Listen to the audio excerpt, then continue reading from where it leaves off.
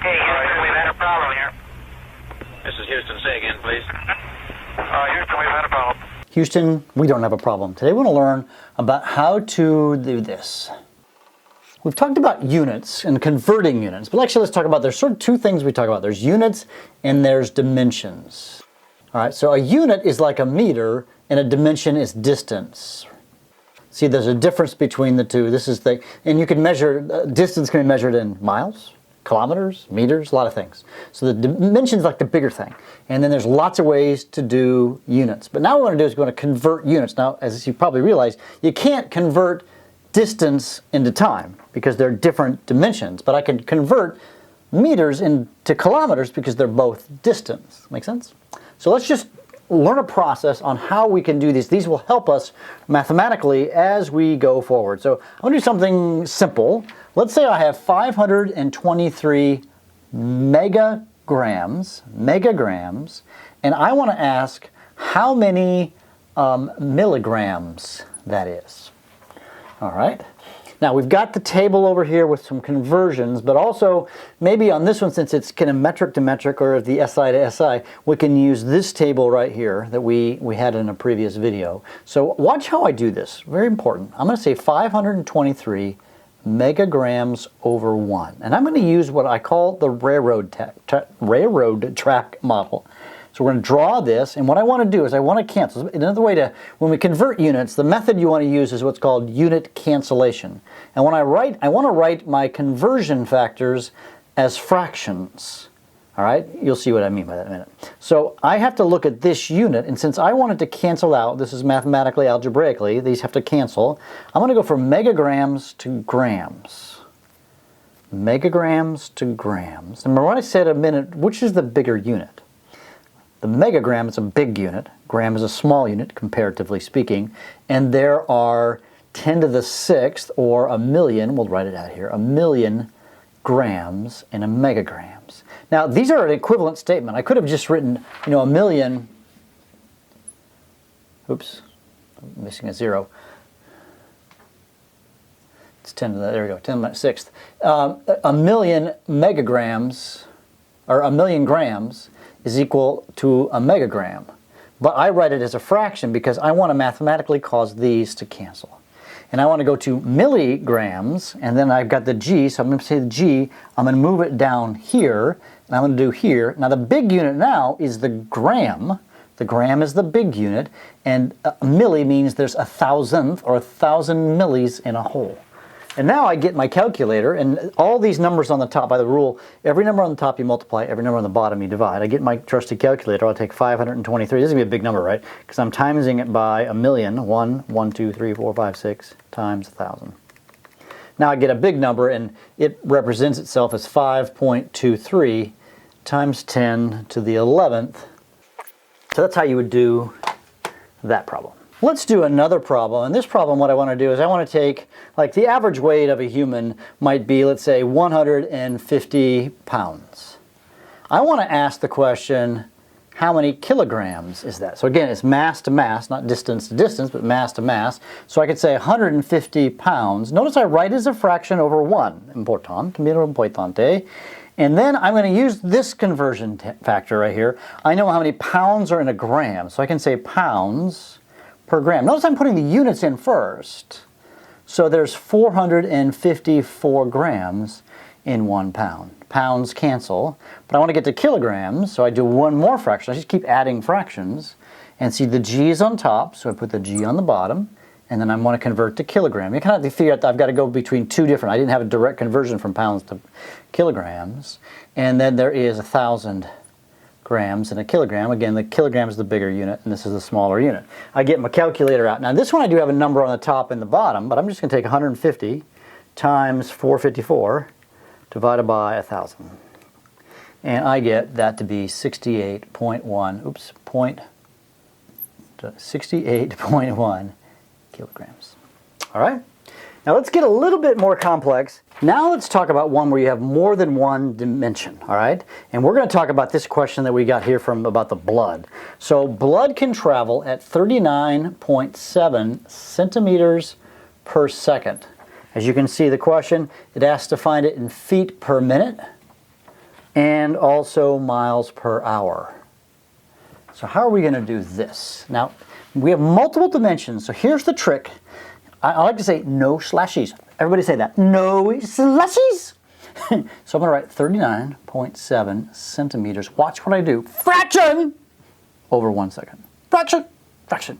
Slashy. No flashing. No slashies. Because now what I need to do is I need to convert the centimeters into feet, right? And I need to convert the seconds into minute. So I have to do two separate ball games, but I'm just going to keep doing the railroad tracks. Centimeters, so I want to say centimeters. Now I want to get to feet. So I can go from centimeters to inches using our table right here. And there's 2.54 centimeters in 1 inch. Centimeters cancel. I'm ignoring the time for a moment. And then I can say there are 12 inches in 1 foot. Notice the inches have to be on the bottom. All right, so inches cancel. So now I've got feet, which I want, but I want it over minutes. So now I just need to convert. Now this is on the bottom, so to cancel it out, the seconds has to go on the top. See that? And I can go from seconds to minutes, and I know that in my head there are 60 seconds in 1 minute. The seconds cancel, and what units am I left with? Feet per minute. And now on my calculator, what am I going to do? Now watch what I do.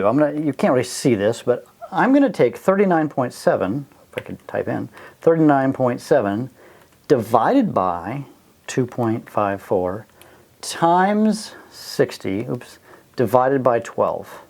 It doesn't really matter what order I do this, but if the number appears on the top, the 60, that's times. If the numbers appear on the bottom, you divide. It's because multiplication and division are associative, and that's 78.1, and that's what? Feet per minute.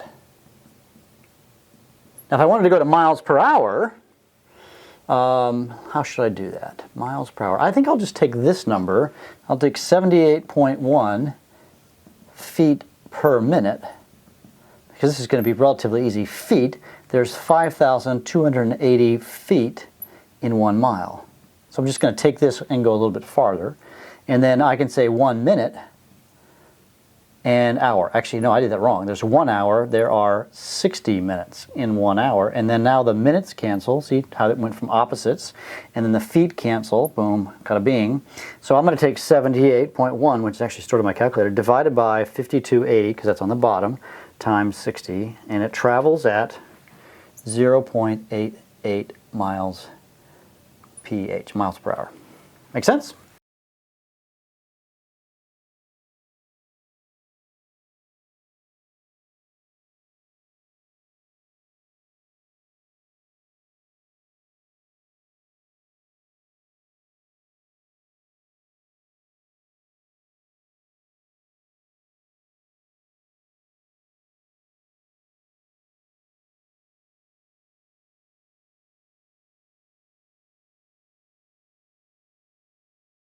And this last example says that we've got a microwave oven with a width of 15.5 inches by 14.5 inches by 9.25 inches.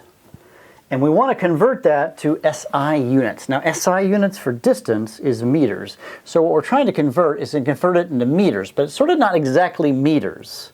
Because if you think about volume, volume is actually length times width times height, which is distance times distance times distance. So if I multiply these three together, which I'll do right now, 15.5 times 14.5 times 9 1/4 gives me 2,078. Now that's inches cubed, inch, inch, inch.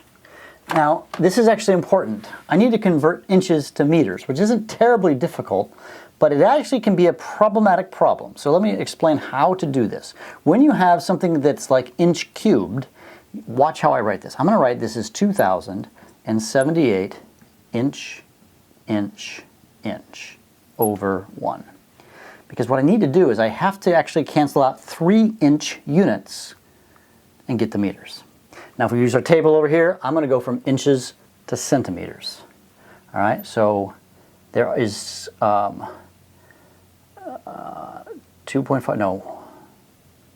1 inch is 2.54 centimeters. Yep, from there, right? But guess what that does? That just cancels out one of the inch units. I have to repeat this process 3 times. So I do 2.54, 1, 2, see I do it 3 times so I can cancel all 3 inches out. But now I don't want centimeters, I want to get to meters, so now I have to do centimeters to meters, but I got centimeter, centimeter, centimeter, and then I'm going to do centimeter and meter, and as you recall, again, well, from the table, there's 1 meter is 100 centimeters. We've got to do this 3 times. 1 meter is 100 centimeters. 1 meter is 100 centimeters. That's a long problem. And when I get my calculator out, I'm going to take this number times 2.54 times 2.4 times 2.54 divided by 100, divided by 100, divided by 100. And I come up with 0.034 meters cubed.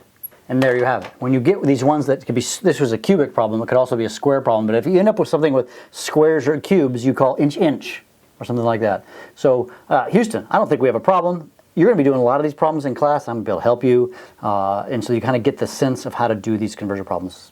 We no problem. You guys are awesome. We'll see you in class.